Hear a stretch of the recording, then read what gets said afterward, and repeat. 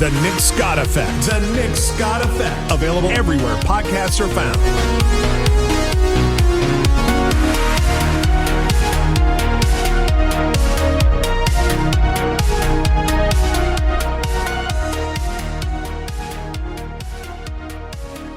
Thing I've always loved about this podcast is I like finding folks out there across the interwebs that have intriguing and interesting stories to share with the world. And you are a bestseller and author, and your book is Walk With Me, correct? Walk Beside Me. Walk Beside Me. See, This is why I didn't work out in radio. So tell me about Walk Beside Me. What was the inspiration behind the book? And I'm even interested in your writing process. How do you write? That's so funny. I love this conversation because nobody ever asked me about my book anymore. I didn't publish it. My book was published in 2016. And since then, I've done so many crazy, wild, mostly successful things that my book is often overlooked. Mm-hmm. My book, Walk Beside Me, is a fictional depiction of my life, which is currently being slated to become a film called Willow the Feature Film. Oh, well, congratulations. Thank you. The screenplay was, it's been an interesting process. The screenplay was written in 2018, and was about to start production in 2020, right before COVID hit, and so it took a pause, and it's getting ramped up again, which is exciting. That's awesome. But my book is really about my transformation from being very dependent on society and society accolades and the modeling industry, which I started in when I was 11 years old, into somebody that unfortunately had very deep, intense, and unfortunate illnesses, 3. And I really lost what I thought was valuable, which was my external identity, and found my internal identity as, something that really saved me, because the trajectory of what I was going on was loneliness, materialism, emptiness, lack of faith, and portraying this perfect life that didn't exist in my life. And so after my cancer diagnosis and 2 other illnesses, my life became about serving other people, in particular women, and showing the world that women banding together is unstoppable versus women tear each other apart. And also that faith can sustain you. My measure is from God, not from this world. And society accolades mean nothing to me. Amen to that. Yeah. So that's just a little snippet about my book, but I love it. All my illnesses are in there. It's a story of hope. There's so many things there. I just want to dissect, because I'm the type, my brain wants to know the why. And we all have a path in this life. So my mind goes to what took you down this path and you diverted to this path. And the few things that really stuck out in my mind as a father of a 9-year-old girl, I'm 40 now, so I started a little late in life and having little ones, but she's 9.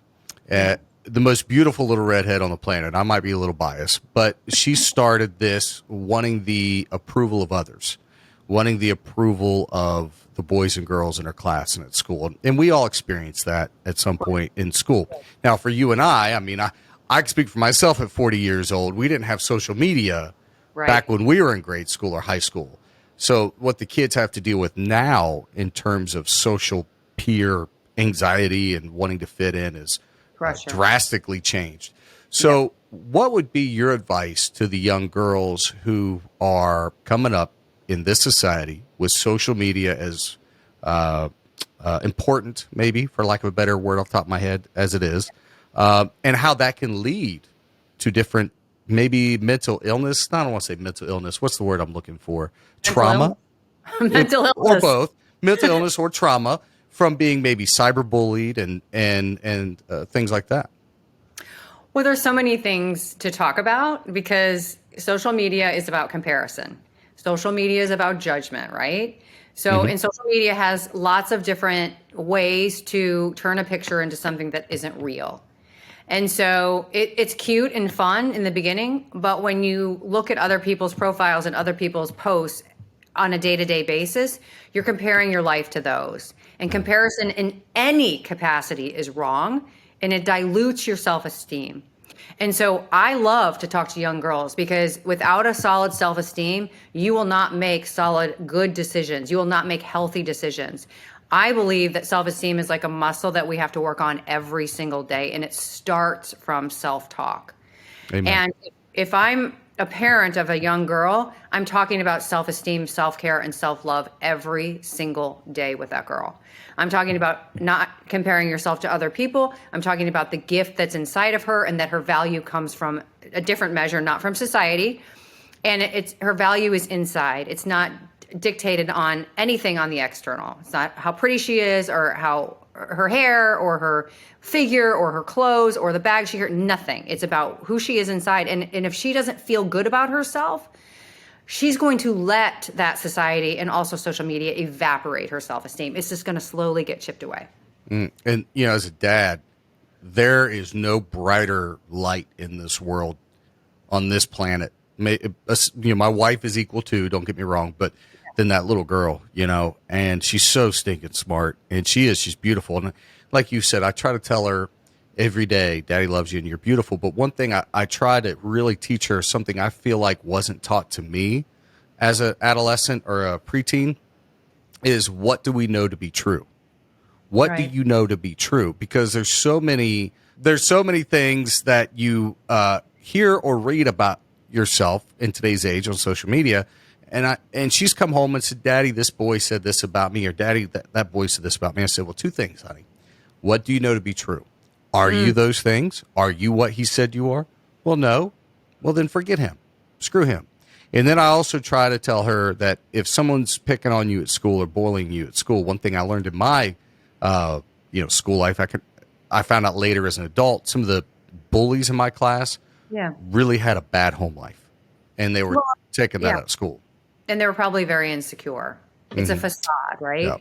To show strength when really it's just insecurity inside. But I think, let me go back to how you say this to your daughter. I was the pretty girl. I was the beautiful girl. Starting modeling at 11, that was what was fed to me, right? That's like food for your soul, for your mind. Sure. And nobody was talking about my brains. Nobody was talking about who I was inside, who my true being was, right? And so I leveraged that. I mean, I modeled I'm 52, so I've leveraged it. Oh, you are not 52. I need to see some ID. But you don't look a day over 35. I leveraged it for so long until it didn't work anymore. And what I mean by that is I believed what they told me, that my value was my beauty. Your daughter's value is not her beauty. Your daughter's value is who she is inside. And I think that is the conversation we should be having with these young kids. And sometimes I'll put on my social media, I'll be like, okay, I got to grab you with the picture, but the content is what is important, not the picture. Sure. Coach me as a dad to a 9-year-old daughter, knowing that here in the next year or two, we're going to be going through adolescence. We're going to be going into teenage years. There's going to be girl problems, and as much as dad hates to admit it, boy problems. What is some advice you would give me coming into those formidable years? So I think all the voices around us are critical to who we become. But I also think the most important voice is your own. And so if your daughter, says to herself, God, I'm not as pretty as Soho. I'm not as smart. I'm not this. I'm that. She's negatively negating her self-esteem. And I would look for things that she says about herself as a father or as a mother. And then I would take those thoughts captive and I would say to her, like what you said, are those things true? Of course they're not true. She is smart. She is beautiful. She is what, you can end the sentence, you can contribute to that. But what I mean by that is it starts from inside. It starts from our own thoughts. And then it's from the people around us. So if she's getting good feedback and positive encouragement at home, then that will negate some of the bullying and some of the negative talk from other people at school. But she also has to make the decision, and I think this is important to say to her, surround yourself with people that are going to cheer for you. Don't surround yourself with people that are going to tear you apart or compare you to somebody or to judge you. Pick different friends.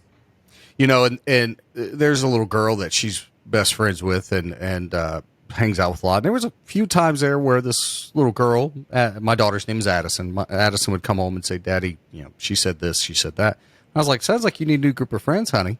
Right. And then they squashed it. They're friends again. And my wife was like, well, that's normal girl behavior. And I was like, hold on, let's pump the brakes here. Yeah. Dismissing that as just normal girl behavior is troubling to me, because what I feel like we're telling her is it's okay for someone to treat you like crap. Right. Or, you know what I mean? The older that you get. And does that make sense? Good for you. And I love that you recognize dismissal. So often we don't. I was in a situation in a long-term relationship where I was being dismissed all the time and I couldn't see it. It was almost like I had a marginalized perspective of my own life. And it was like outside people would say to me, gosh, that sounds so dismissive. And I think maybe, but when you're in that, when you're being emotionally challenged or emotionally abused by somebody, it's very hard to recognize. So by you teaching your daughter, what does dismissal mean? That's critical to her well-being and decision-making going forward. That's really great. Good dad. Well, thank you. I'm trying. I'm learning every day. I'm glad I waited till I was a little older to have kids, because I feel like I know a little bit more or something, but you still don't know everything. You still learn every day. So a little bit about my past. In 2020, I didn't know this until I just turned 40 this year, so I was 38 at the time. I don't even know if I had turned 38 yet. But there were a lot of challenges that I faced in life, a lot of hurdles. I'm a open personality. I don't know a stranger. I could talk to anybody. Yeah. But through that, I've also made enemies. If that makes sense, maybe I came on too strong for some people, or just people didn't jive with my personality, and that's just life. You're not going to be cohesive with everybody you run into in this world, unfortunately. But I just really internalized that and tore myself to pieces. Low self-esteem, self-hate, things of that nature. And it wasn't until my wife looked at me and asked me to talk to somebody. And she didn't do it in a way that there's something wrong with you. You need to talk to somebody.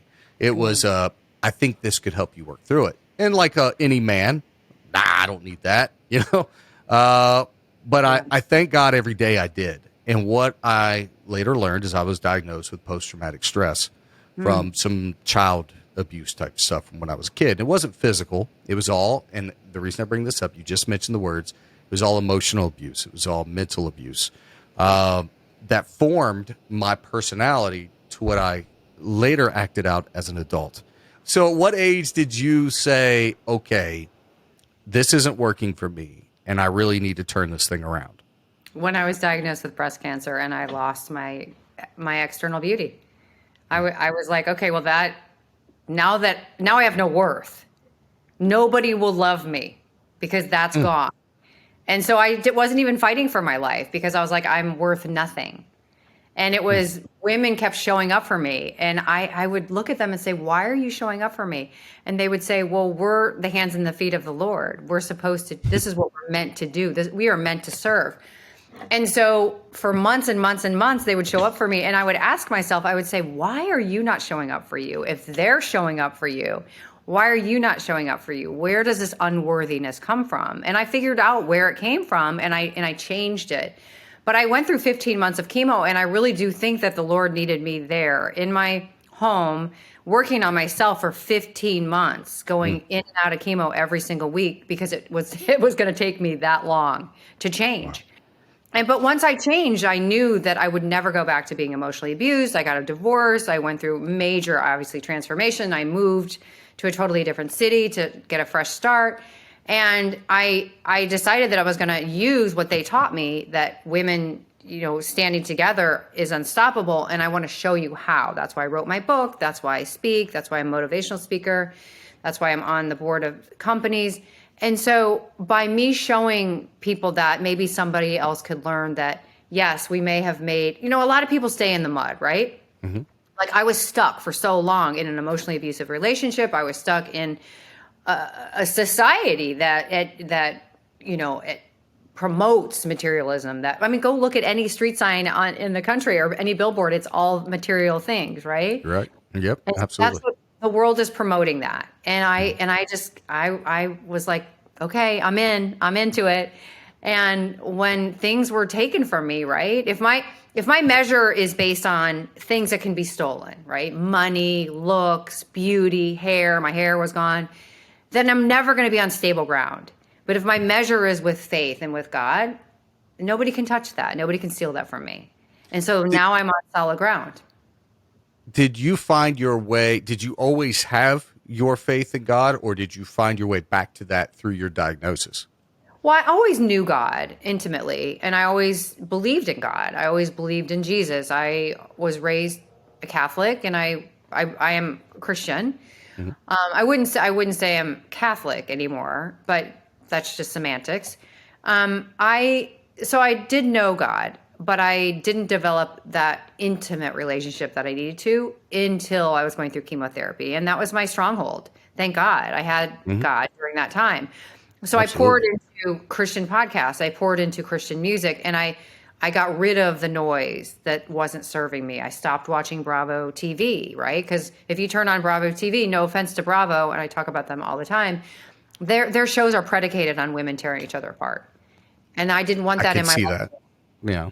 Well, and I just didn't want to. I didn't want it around me. I didn't want to watch it. I didn't want to feel it. I didn't want to remember it. And so when you purge all of that and you focus on your faith, whatever that is. I mean, some people are like, okay, I believe in the universe. Okay, then focus on the universe, right? Yeah. That's fine. I mean, I don't tell people what to do. I'm just telling you how I did it. Sure. And Well, so, go ahead. yeah. Well, I just think for me, nobody can push me off of a pedestal that is built on faith. Through your faith, what do you feel helped you the most in your darkest times during your diagnosis? Okay, I have to go back for 1 second though. Absolutely. I heard you say the church hurt you, and I do Oh, it believe did.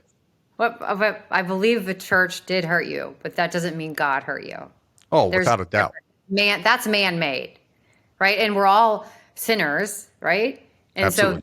so the institution, people talk about they don't want to go back to religion because of the institution. Okay, but that's not a good enough reason not to go back to God. He's not the institution, right? I mean, we've scrumbled that up so badly in the world. You're right. That's a building, right? With people in there. All sinners, all of us are. So if we don't have faith because of that, our faith is coming from the wrong thing then, right? Our faith is coming from a building with people in it. Our faith has to come from above, in my opinion. And I couldn't agree with you more. And it was funny, even through those 22 years where I was like, I'm never stepping foot in a church again. Y'all can have it. For some reason, there was still something in me that wouldn't let me completely Spirit? dismiss it all. The Holy Spirit. Exactly right. So what I used to say was, I'm a fan of God. Right. I'm just not a fan of his fan club. Of the You know, I get it. I'm not So- a big fan of the. And what's funny is the religion that I was raised on was a very hard religion. Not to go down a rabbit hole here, but I love talking about faith and theology. I love it.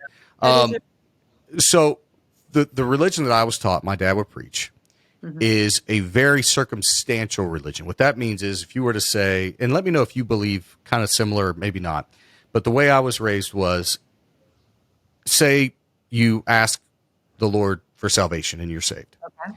Yes. But you smoke a cigarette, you're going to hell. Then you have to repent of that.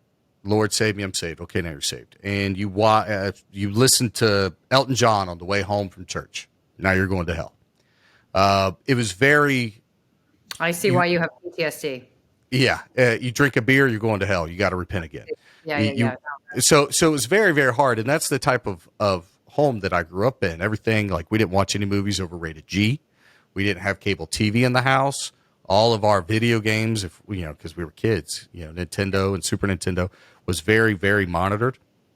So when I was 14, I remember getting saved. I remember asking the Lord into my heart and was baptized. And even when I left the church at 18 and spent 22 years away from it, there were times where I still heard that small voice. And I didn't know it then, but that was the Lord still talking to me, even though I was out being a hellion, even though I was out running the roads and keeping the streets hot, it was still there. Did you ever? You're the sheep. You're Yes. the one sheep, right? God goes for the one sheep. That's true. I never thought of it. That's pretty powerful. I never thought of that. That's crazy. Yeah, I don't know that there's a better way to describe that. Talk about hitting the nail on the head. That's pretty wild. Yeah, spot on. Okay, keep going. But Is there a time in your path where Yeah. you found you were, if you want to use the word astray, or maybe not as committed, and you found your way back? I mean, when I was diagnosed with cancer, I had just come off a year of being bullied by a medical doctor who destroyed my right arm. So I have no wrist on my right arm. My arm is fused. I've been in chronic pain since for 11 years. I've not had a single day without major pain, major pain. And so I was coming off that. I was in a cast from my fingertips to my shoulder. Now I have cadaver bones in my arm, and I'm no longer have a wrist. No longer. They shaped it like this. It's kind of a power position, but I don't have any function. There's nothing. There's nothing. And so Wow. so I'm in a cast from my fingertips to my shoulder up in New York City at my 6-week post arm fusion appointment. And I'm trying to figure out, how am I going to take care of my children? How am I going to drive? How am I going to cook? How am I going to take care of myself for the rest of my life with a fused arm? And I found a lump in my breast in the hotel in New York City. And I was like, okay, God, take me now. Like, if this is cancer, I'm done. And it was like the mental abuse that the doctor was saying, you're a hysterical housewife. There's no pain and swelling in your arm. You're making it up. And that was my reality. Okay. So, and my self-esteem was so low that I didn't question the doctor.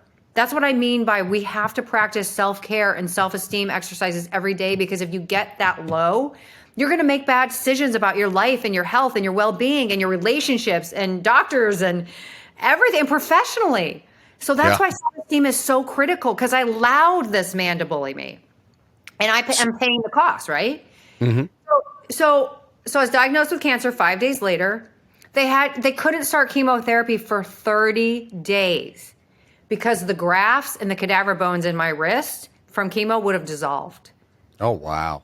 So now I can't even get rid of the cancer because of what the doctor did to me, the arm doctor. And so I was like, okay, God, take me now. I plotted my suicide. I was like, I'm done. This world, there's no place for me in this world. I've lost my beauty. I've lost all of my worth. I'm depleting my family. I'm depleting my resources because of all the pain that I've caused my family, right? This is the lowest self-esteem you can have. And so now I'm blaming everything on myself. I'm a victim. And so I'm like, okay, I'm going to take myself out this day, and this is how I'm going to do it. I was waiting for my son to come home from boarding school to end my life because I wanted to say goodbye to him. He was 13. So he got in trouble at school, so he couldn't come home the first weekend. Couldn't come home the second weekend because he got in trouble. Couldn't come home the third weekend. By the time he came home, my friends had convinced me that my life was worth saving, that my life was worth fighting for, and that they would never forsake me like God would never forsake me. And I believed them. But bear in mind, my mind was not well. I had just been, again, bullied for a year by a professional, like a doctor who was supposed to take care of me. There were situations going on inside my own home, and I felt completely like I had no value in the world. And so for me, it was my only option. And again, when you have a low self-esteem like that and you feel like you have no value, you feel despair, duress, hopeless. If we don't have hope, we don't have anything. And plus, I wasn't sure I was going to get through chemo anyway. So I was like, well, if I'm not going to get through cancer, I might as well take myself out now and get rid of the pain. So again, my mind was not healthy. And I had to get my mind healthy in order to make better decisions. And so I don't blame myself for making that decision or wanting to do that because my mind was so messed up. But once my mind was healthy and my mind was filled with faith and friendships and people surrounding me that wanted me to live and wanted me to share my story, ultimately, take the story that you have, share it with other people so you can give them hope. And I became a vine instead of a victim. There's a difference. And it's that's awesome. It's true. If we stay in victim mode, which by the way, most of the world does, then you think that somebody owes you something. Nobody owes you anything. Nobody owed me anything. Nobody has to take care of me. I'm in charge of taking care of me. But I have to have enough courage and I have to have enough self-worth in order to take care of myself. Sure. I think for women, so often we are supposed to get married and we're supposed to have kids and our husband's going to take care of us. That's just not right. You're supposed to take care of you. I'm supposed to take care of me. And when I was listening to a doctor tell me how I was feeling, that wasn't self-care. That was believing that society was going to take care of me. Society's not going to take care of you. That was my job. It's an inside job. And so I did it wrong. And that's why I wrote my book, because I wanted to show how it looks to do it wrong. And I wanted to show how it looks to do it right. And the transformation. That's awesome. Yeah. That is awesome. So if you don't mind me asking, a little side note, what happened to your arm and your wrist? Was it tied to your diagnosis? Or you said you found that after? No. I had an infection in my wrist that the doctor told me that the pain and the swelling and the inflammation was in my head, that there was a misfire from my brain to my arm when the whole time there was an infection that was eating away my arm. And so ultimately, well, that was also one of the reasons why, my hair was thinning, I was losing weight, I had a fever for 8 or 9 months, and it was all because I had an infection in my arm that was misdiagnosed. And so that's why my arm was ultimately destroyed. So, yeah. So what was your degree in at Harvard? Literature and creative writing. And the reason I went back to get my master's at Harvard was because I had terrible chemo brain. And I couldn't remember even what side of the street to drive on. I would be driving down the road after chemotherapy, not during chemotherapy. I was so sick. I was in bed. But after I completed my chemotherapy, I would drive down the road. And if I was turning left or right and there wasn't a car, I didn't know which side to drive on.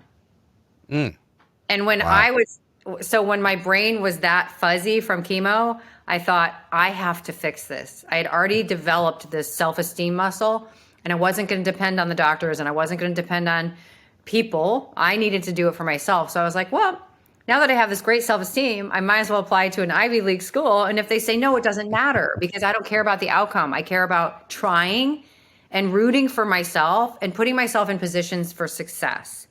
And if they don't want me, I'll apply somewhere else. Well, they took me, and I have a great degree, and I learned a lot, and my chemo brain is gone.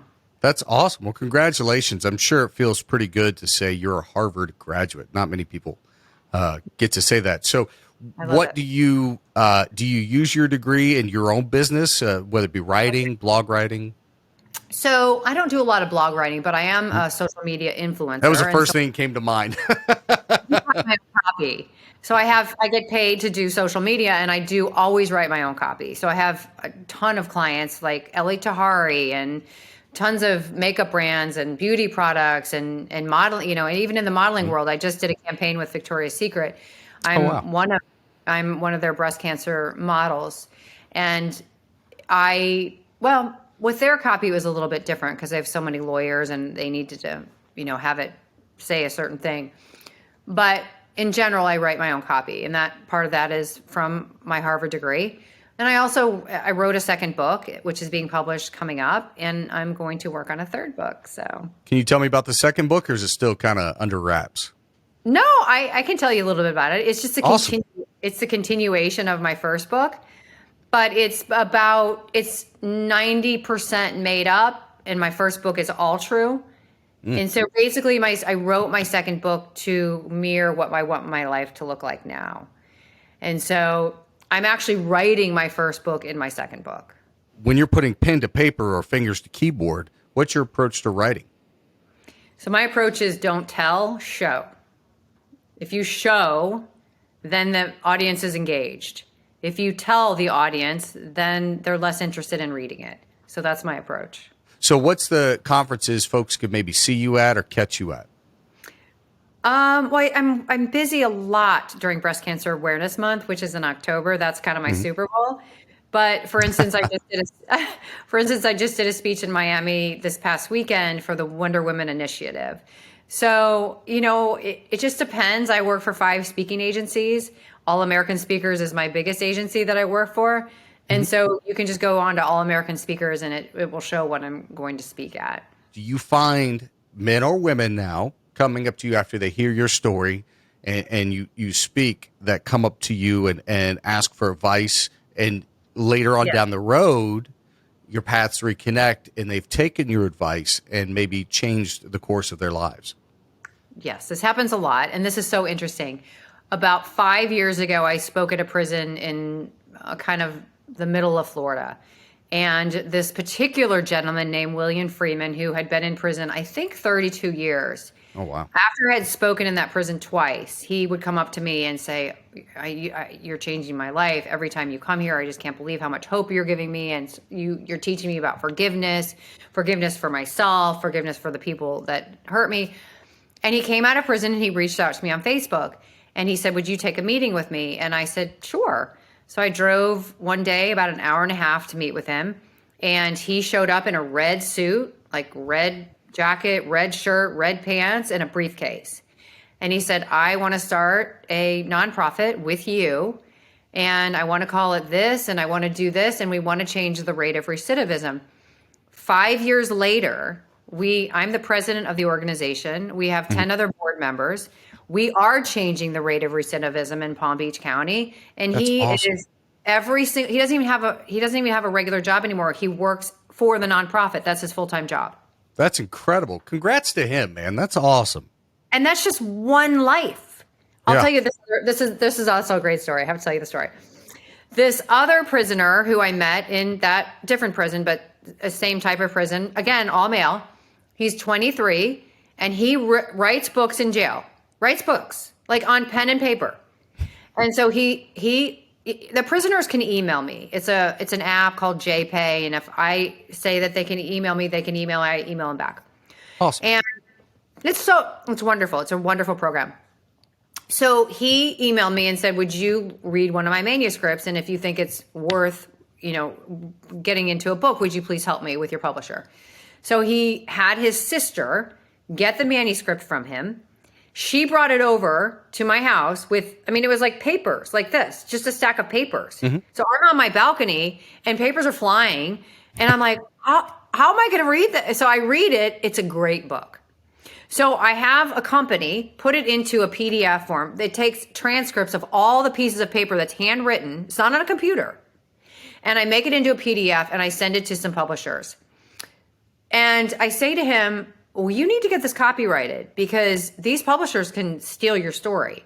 Yeah. Because it's just, you are a prisoner in prison and they could just take it. It's a great story.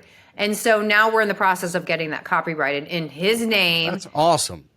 So, it's stories like that. I have 50, maybe 100 of those that I don't even talk about. Like, those are just things that I do that on the side that nobody knows about. You know what I mean? Like, if you have the mindset that every day I'm going to serve in every capacity and I'm going to say yes to opportunities that I have no idea if they're the right road. I don't know if I'm going north or south, but whatever direction I'm going, I'm going to know that God goes before me and he's beside me and the Holy Spirit's within me.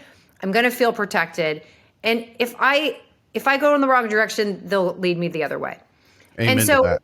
if you have that mindset, then you're constantly going to serve other people. You're constantly going to inspire hope in other people because that's what your intention is, right? It's so much of our life is intentionality.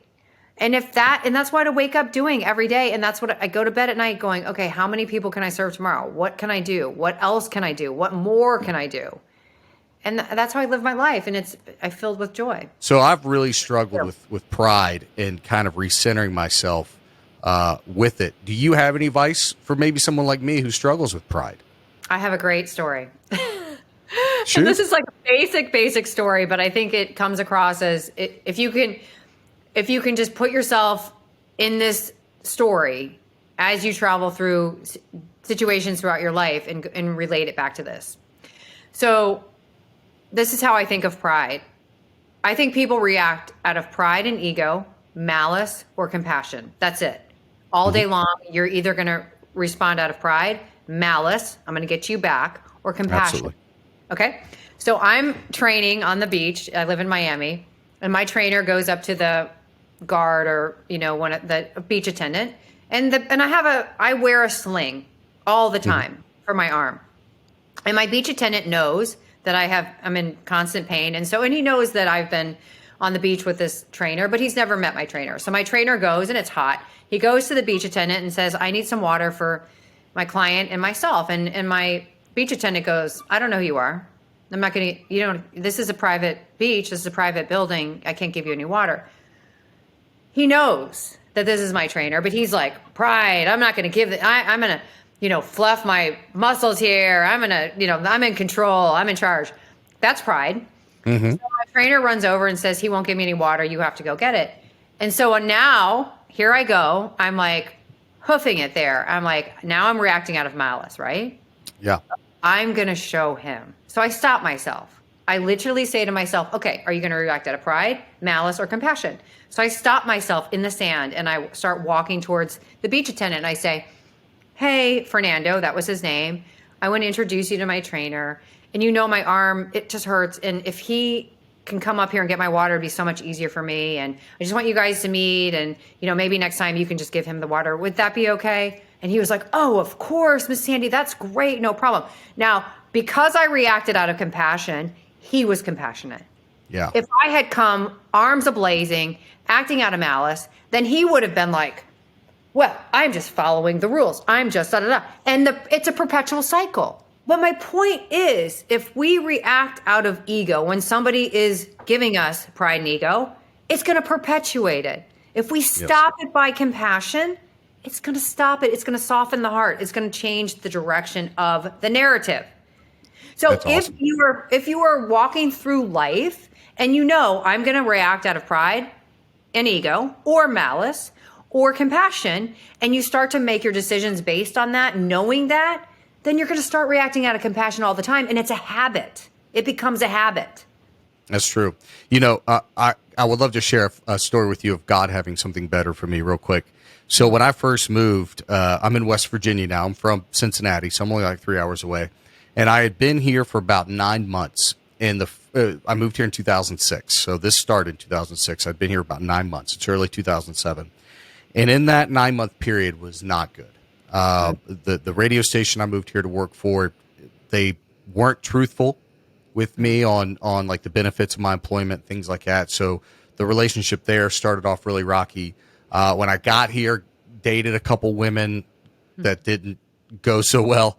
So I found myself, I had got on the phone. I had booked a U-Haul. I had talked to my dad. I was like, hey, can I crash in your spare bedroom for a couple weeks till I get on my feet?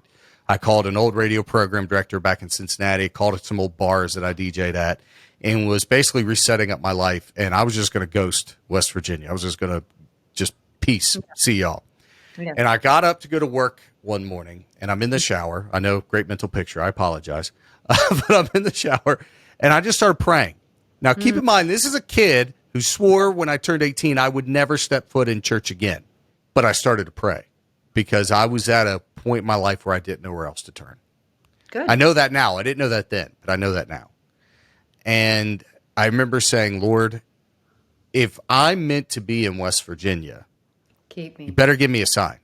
Yeah. You better let it be known because I'm out the door in like 24 hours. Yeah. And this was late March of 2007, beginning of April 2007, somewhere right there. The next day, or maybe that evening, it was either that evening or the next day, I met my wife. So powerful. So now we have 2 beautiful children, a beautiful home that I never thought I would ever own anything. I grew up in a trailer park as a kid. So yeah, pretty crazy. That's a great story. Yeah, that's a great story. I know your listeners are going to love that story. One thing you said early on that really stuck out to me is you love the conversation of women empowering women. There is a charity that I've done a lot of work for here in West Virginia that is run by women, that empowers women, and that benefits women, more specifically women who have experienced domestic abuse. Mm-hmm. The reason I bring this up is women helping women, I don't know if there's anything more powerful. And I'm not saying that to get brownie points from the female listeners. It's just truth. Nothing. But through that experience of working with this organization, I've also seen kind of the not so nice side of that. So, and I'm sure you have as well, because just humans are humans, right? Yep. So when you enter the conversation of trying to encourage women to help women, just on that pure service value, how do you approach coaching them through that progress and bringing women together? And it's interesting how many people bully, especially women, bully each other online. Yeah. I don't understand that mindset. First of all, I don't understand how anybody can bully somebody and feel good about that. But I think it has to go back to who they are, right? And it's a hard issue. And it's not the person who's being bullied, it's not their issue, it's the other person's issue. And so if you can say that, if you can teach young ladies and say, it's not your issue, it's not about you, it's about that other person, then it's much easier to give that person some grace and some mercy. Because you know that that person is just unhappy. If something's going on, maybe at home, something's going on, certainly inside of that person. Sure, And so we can gently be kind to people like that, but not participate. Yeah, and that is huge because so many people feel, I think, peer pressure to participate in certain circles, whether it be peer circles. Absolutely. Yeah. And it's hard to walk away. Like they'll be ostracized if they don't. Yeah, the exactly. truth is, people will look up to you if you walk away.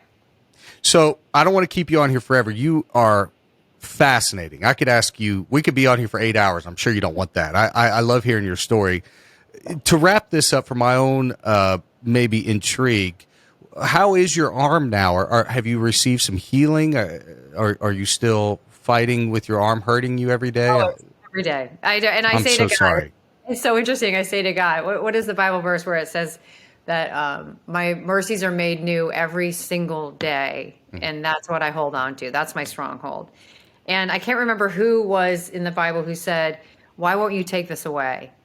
And I think the message in the Bible was, well, because you need me, right? You need Absolutely. me. This is a reminder that you need me. And if the pain in my arm is a reminder that I need God, I'm okay with it. Yeah. Wow, that's powerful. I don't like it, but I understand it. And so I want my stronghold to be on God. I want my stronghold to listen to the Holy Spirit, not to the world, not to society's accolades. And I get a lot of accolades. I'm a nationally recognized humanitarian. That stuff means nothing to me. My faith is my measure.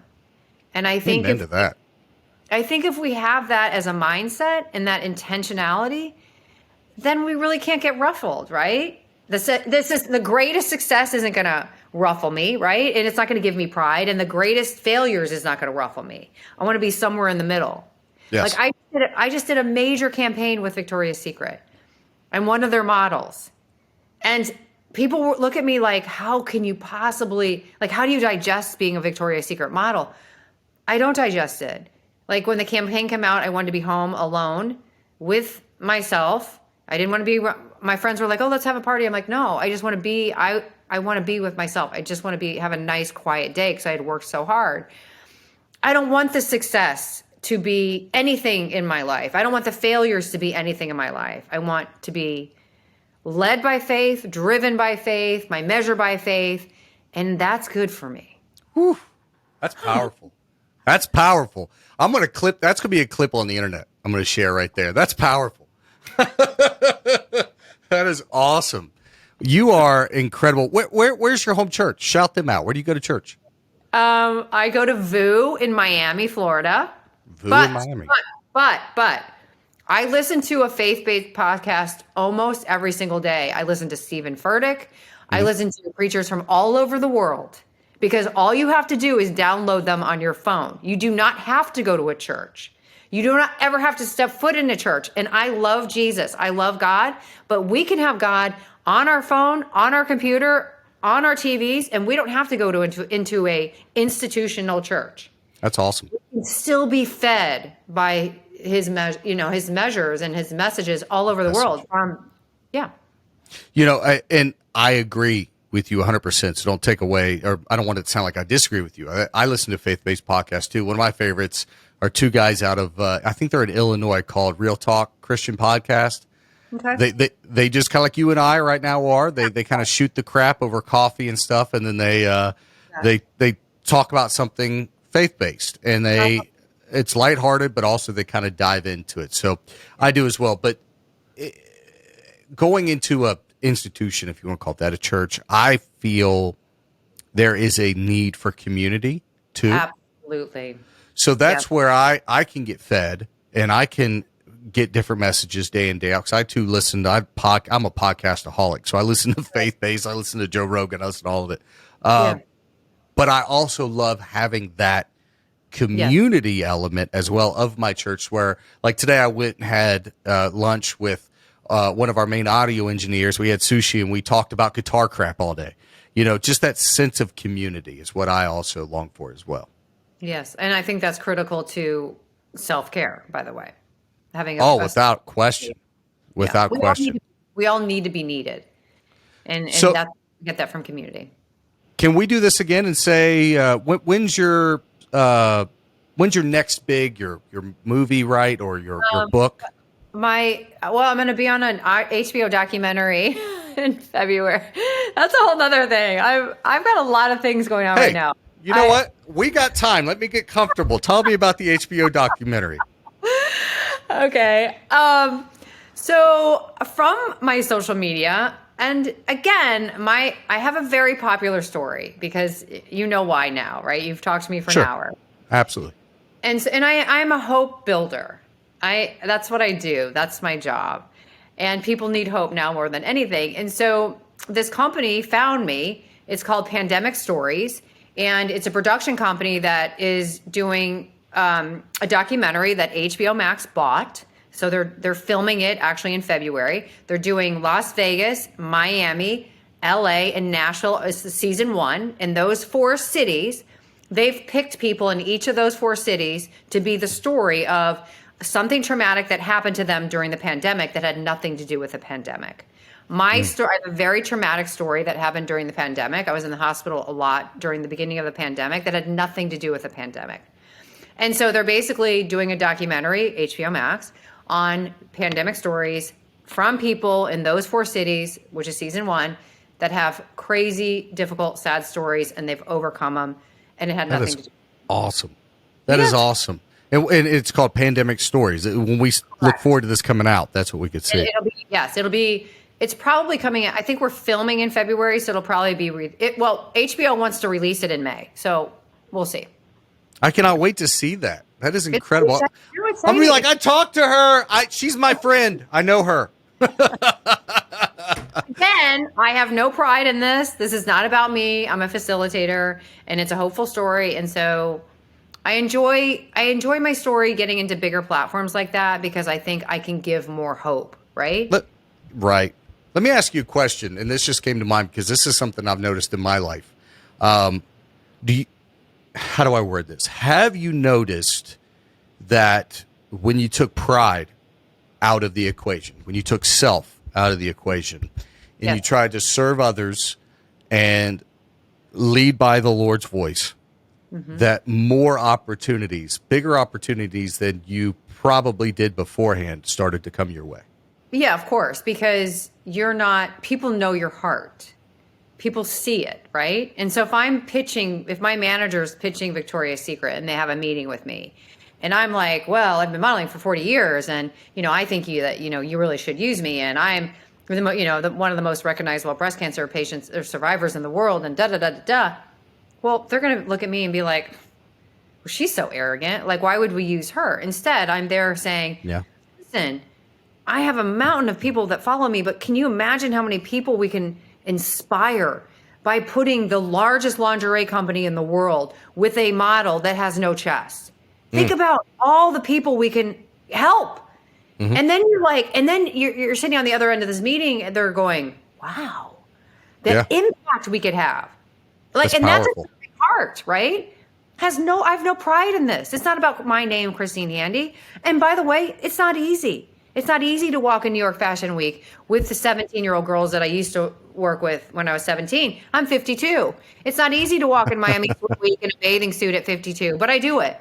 Yeah. I do it for the women who message me and say, if you show up like that, I'm able to show my husband what this looks like. I'm able to take the prosthetic out. I'm able to walk out the door without a sports bra on for the first time in my life. And I'm helping them do that. Why wouldn't I want a bigger audience? I want the biggest audience so that more and more women can see the story, not because of me. And it breaks my heart when I hear these messages from women who feel so much less than because they don't have a chest. I don't feel less than. I'm mighty because I don't have a chest, because I've gone through the pain, I've gone through the sorrow, and I've turned it around and used it to help other people. That doesn't make me less than. That makes me fuller. That makes me more than enough. I'm more than enough in God's eyes.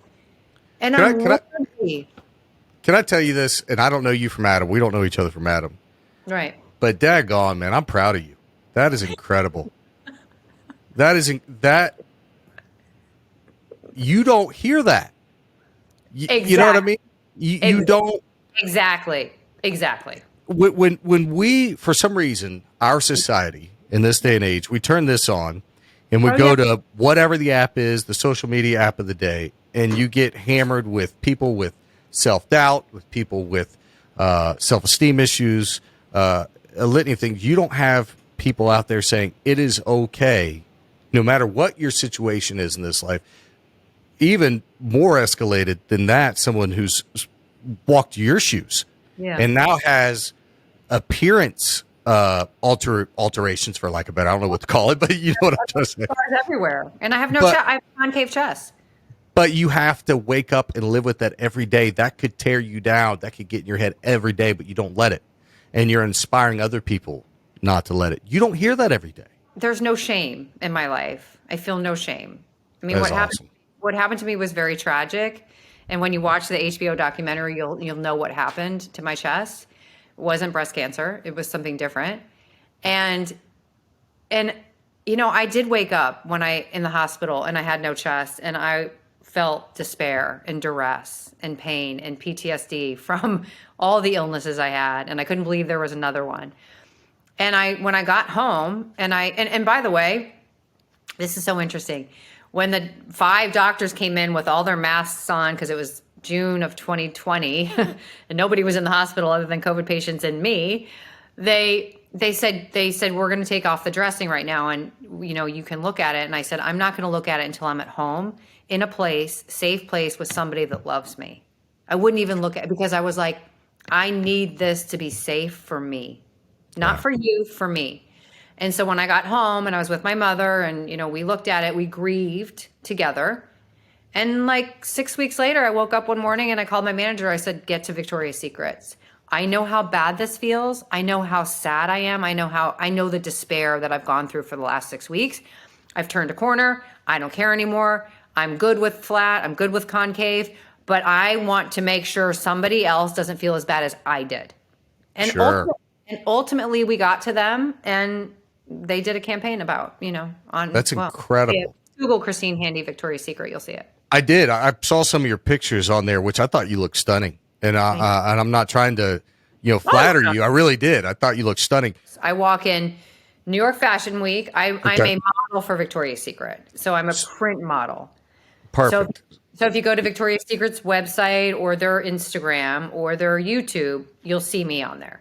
Perfect. So where I was forming the question was do they have to alter the tops in any way for you, or you just wear what they give you?